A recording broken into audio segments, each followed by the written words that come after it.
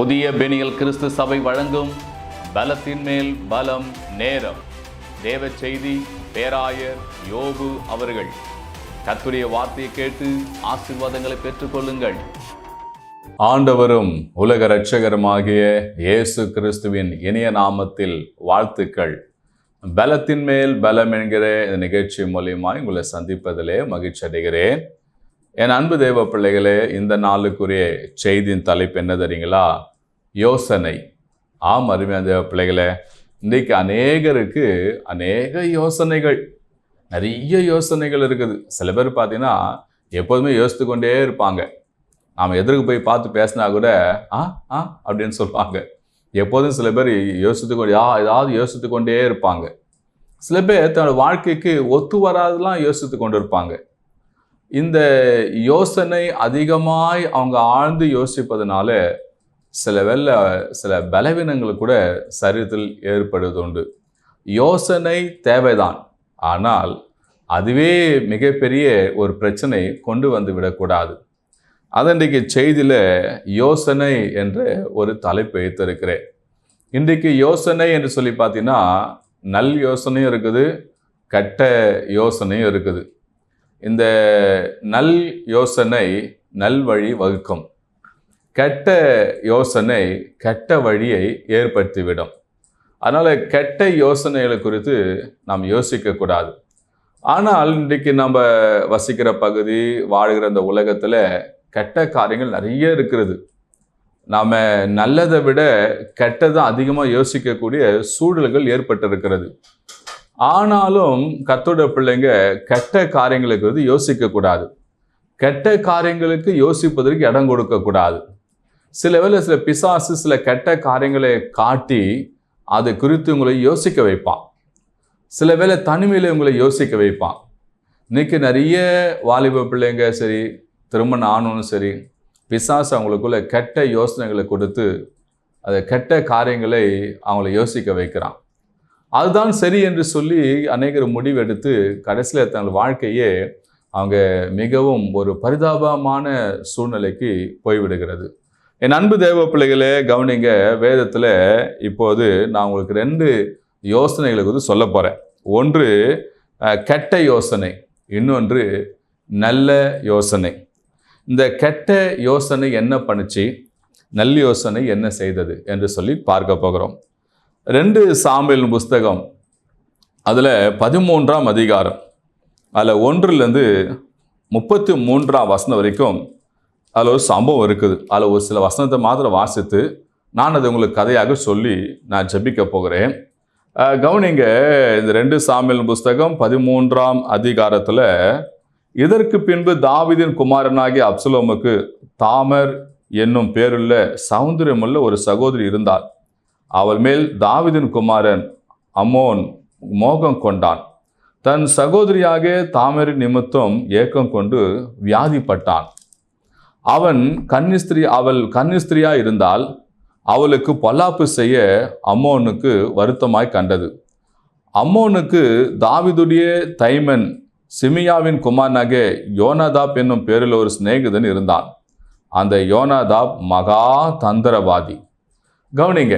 இப்போது இங்கே தாவீதின் குமாரனாகிய அவனுடைய மகன் பேர் சொல்லப்படுது அம்மோனன்.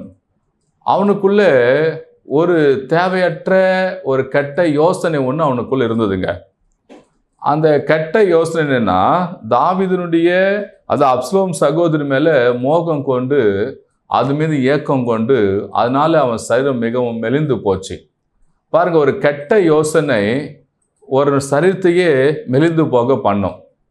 இவன் இப்படியே மெலிந்து போகும்போது, அது இளைத்து போகும்போது, அப்போ அங்கே ஒரு மனுஷன் வருகிறான், இவனுடைய சிநேகிதன். அவன் பேர் யோனாதாப். மகா தந்திரவாதியான்.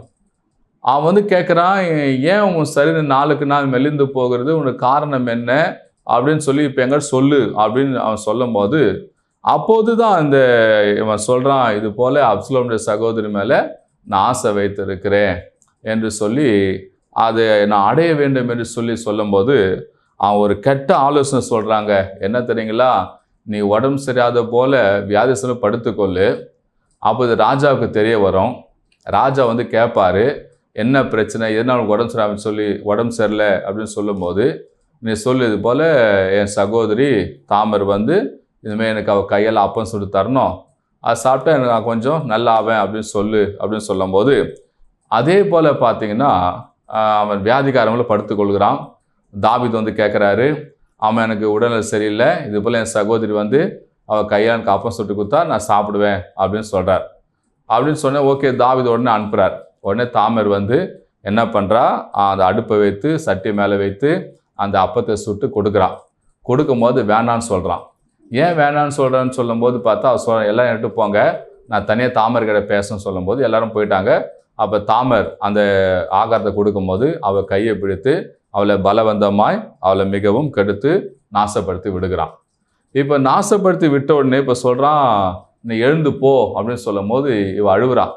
நீ முந்தைய செய்த தவறை காட்டிலும் இப்போது செய்கிற தவறு மிக பெரிய தவறு அப்படின்னு சொல்லும் போது அவளை தள்ளி கதவை சாத்திடுறான். உடனே இவள் தன் வஸ்திரத்தை கலைத்து கொண்டு புழுதி தலைமையில் போட்டுக்கொண்டு தன் சகோதரிட்ட போய் சொல்கிறா அழுது. இது அப்சலோம் தெரியாத ஒன்றுமே வெளியே காட்டிக்காம அமைதியாக இருந்து என்ன பண்ணுறான், ஒரு விருந்து ஒன்று பண்ணுறான். அந்த விருந்துக்கு ராஜாவை தாவீது அழைக்கிறான். ராஜா வர மனதில்லை. அப்போ சரி உங்களுடைய மகனாக அம்மோனையாவது அனுப்புங்க அப்படின்னு சொல்லும் போது சரின்ட்டு அனுப்புகிறாங்க.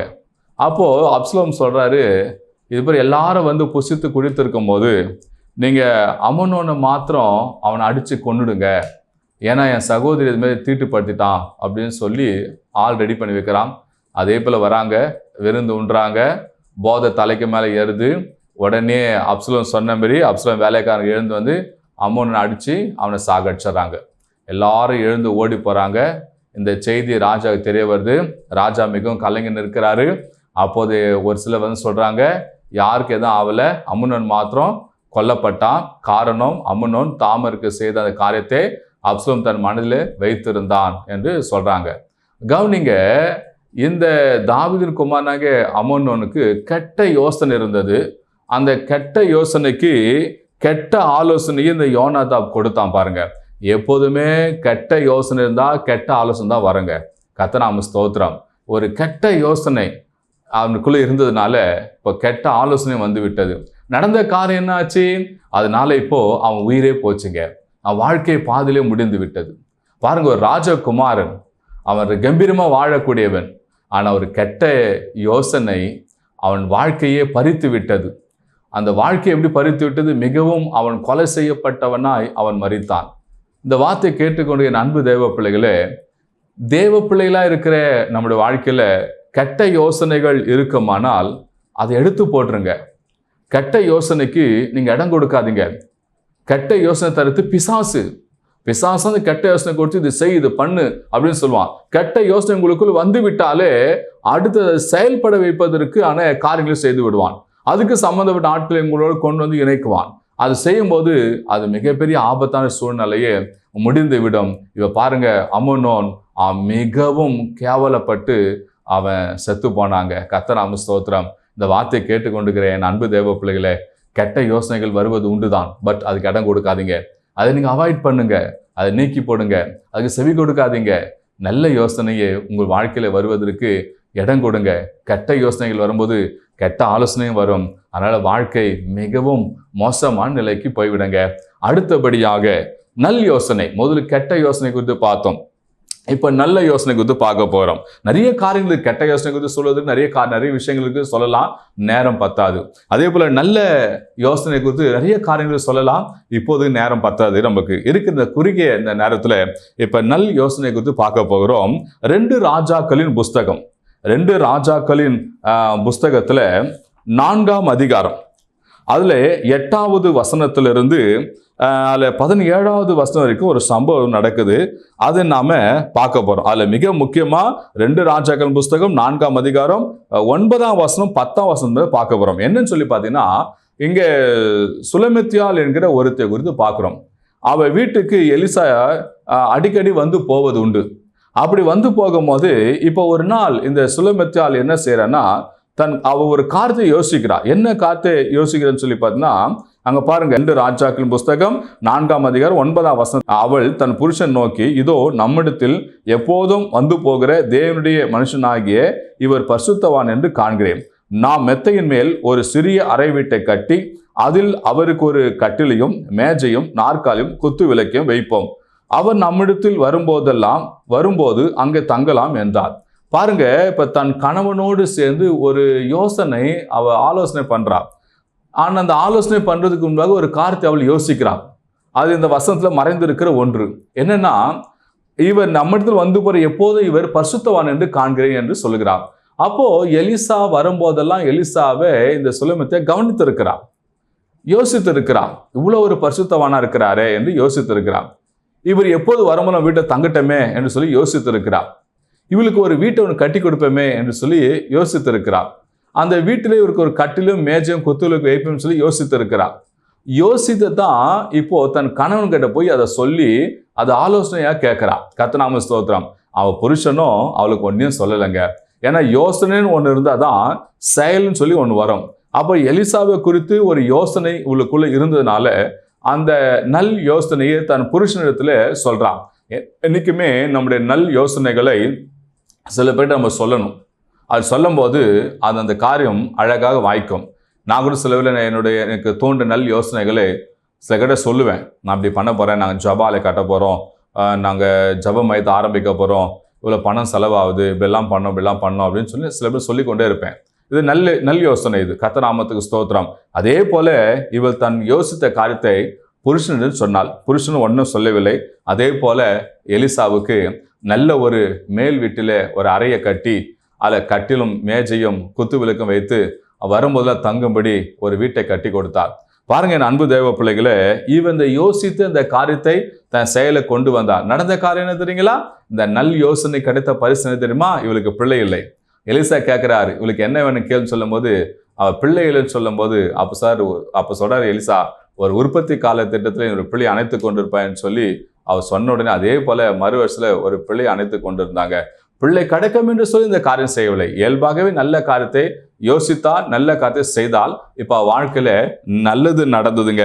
கர்த்தநாம ஸ்தோத்திரம். பாருங்களேன், நீதிமொழிகளின் புஸ்தகம் அதுல 2ஆம் அதிகாரம் 11ஆம் வசனம் சொல்லப்படுது, நல் யோசனை உன்னை காப்பாற்றும், புத்தி உன்னை பாதுகாக்கும். என் அன்பு தேவ பிள்ளைகளே, மீண்டும் அந்த வசனத்தை வாசிக்கிறேன், உற்று கவனிங்க. அங்க சொல்லப்படுது 2 நீதிமொழிகள் 2ஆம் அதிகாரம் 11ஆம் வசனத்துல, நல் யோசனை உன்னை காப்பாற்றும், புத்தி உன்னை பாதுகாக்கும். அருமையான தேவ பிள்ளைகளே, இந்த சுலமேத்தியாளுக்குள்ள நல்ல யோசனை இருந்தது. அந்த யோசனை அவளை காப்பாற்றினது, அவ புத்தி அவளை காப்பாற்றினது. கர்த்தநாமத்துக்கு ஸ்தோத்திரம். என் அன்பு தேவ பிள்ளைகளே, ஆதலால் நல் யோசனை செய்து நல்ல காரியங்களை செய்யுங்க. அப்படி செய்யும் போது அது உங்களை காப்பாற்றும், அது உங்களை பாதுகாக்குங்க. ஆனால் இந்த உலகத்துல வாழ்கிற நாம கெட்ட யோசனைக்கு இடம் கொடுக்காம நல் யோசனைக்கு நம்ம இடம் கொடுப்போம். நல் யோசனைக்கு நம்ம இடம் கொடுக்கும் போது அது நல்லது நடக்குங்க. கர்த்தநாம ஸ்தோத்திரம். கெட்ட யோசனைக்கு நம்ம இடம் கொடுக்க வேண்டாம். கெட்ட யோசனைக்கு நம்ம இடம் கொடுத்தா சங்கீதம் 94 அதுல 11ஆம் வசனத்துல சொல்லப்படுது, மனுஷனுடைய யோசனைகள் வீண் என்று கர்த்தர் அறிந்திருக்கிறாராம். பாத்தீங்களா? இந்த அமனோன் கெட்ட யோசனை அது வீண். அவனுடைய சிநேகிதம் கொடுக்குறான், அதுவும் வீணாம். அதெல்லாம் வீணா போயிடுச்சு, அவன் வாழ்க்கையே வீணா போயிடுச்சுங்க. ஆனால் நல் யோசனையில பார்க்கும் போது 2 ராஜாக்கள் 4ஆம் அதிகாரம் 9ஆம் வசனம் 10ஆம் வசனம் பார்க்கும் போது நல் யோசனை அவள் செய்தால், நல்ல காரியத்தை செய்தால் அவளுக்கு காரியம் நன்மையாக நடந்தது.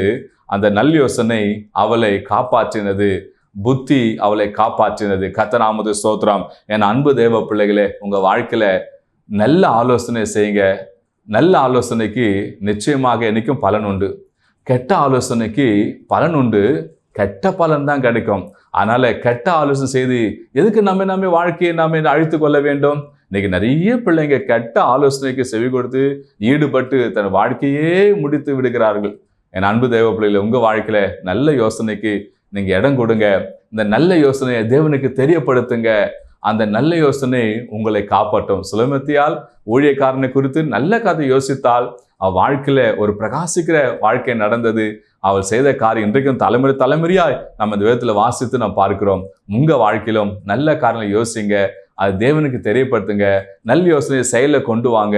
தேவன் உங்களை ஆஸ்வதிப்பார், கர்த்தர் உங்களை பலப்படுத்தி பாதுகாப்பார். இப்போது நான் உங்களுக்காக ஜெபிக்க போகிறேன். என் அன்பின் பரலோக பிதாவே, இந்த ஆஸ்வதிக்கப்பட்ட எசப்பா இந்த வேலைக்காக ஸ்தோத்திரம். கர்த்தாவே, வார்த்தை கேட்டுக்கொண்டிருக்கிற உங்களுடைய பிள்ளைகளுக்கு ஒரு விசை மனம் இறங்கும் சுவாமி. எசப்பா, ஒருவேளை இவங்க வாழ்க்கையில கெட்ட யோசனைகளை பிசாசு கொடுத்திருந்தால் இயேசுவே அதை எடுத்து போடுங்கப்பா.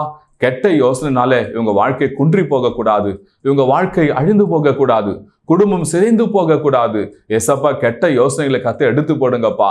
கெட்ட யோசனை தருகிற சத்துருவை, பிசாசே, பொல்லாத ஆவியே, இயேசுவின் நாமத்தினால் உன்னை கடிந்து துரத்துறேன். இந்த பிள்ளைகளை விட்டு, இந்த குடும்பத்தை விட்டு, உங்க வாழ்க்கை விட்டு ஓடி போவலியே, இயேசுவின் நாமத்தை கடிந்து துரத்துகிறேன். பரிசுத்த ஆவியானவரே, இந்த பிள்ளைகளுக்கு வார்த்தை கேட்டு நம்முடைய பிள்ளைகளுக்கு நல்ல யோசனை உண்டு பண்ணுங்கப்பா. நல்ல யோசனையினால நன்மைகள் பிறக்க, ஆசீர்வாதங்கள் கிடைக்க நம்முடைய பிள்ளைகளை பலப்படுத்துங்க, சிந்தியை பலப்படுத்துங்க, வாழ்க்கையை பலப்படுத்துங்க, குடும்பத்தை பலப்படுத்துங்க, ஆசீர்வாதம் காத்துக்கொள்ளுங்க. இயேசுவின் நாமத்தில் பிதாவே, ஆமென், ஆமென், ஆமென். என் அன்பு தேவ பிள்ளைகளே, வார்த்தை கேட்டீங்க. இந்த வார்த்தை மூலியமா கர்த்தங்களோடு கூட பேசியிருப்பான்னு சொல்லி நான் நம்புகிறேன்.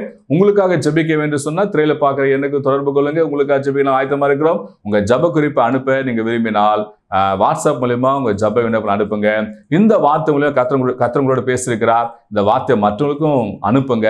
அவங்களும் கேட்டு நல்ல ஆலோசனை செய்து நல்ல ஆசனை பெற்றுக்கொள்ளட்டுமே, உங்கள் மூலியமா நடக்கட்டுமே. இதை ஒரு ஊழியமா கருதி செய்யுங்க. கர்த்தர் ஆசீர்வதிப்பார். God bless you. பிரியமானவர்களே, நீங்கள் எந்த திருச்சபைக்கும் போகாத நபராய் இருப்பதை சொன்னால் எங்கள் திருச்சபையில் நடக்கும் ஆராதனைக்கு வாருங்கள். எங்கள் திருச்சபையின் ஆராதனை நேரம் காலை 6:30 மணியிலிருந்து 8:30 மணி வரை நடைபெறும் இடம் புதிய பெனியல் கிறிஸ்து சபை, நம்பர் 107, நேருஜி ஜோதி நகர், 2வது தெரு, Ayanavaram, Chennai 23, century flower mill மற்றும் பனந்தோப்பு ரயில்வே காலின் அருகில்.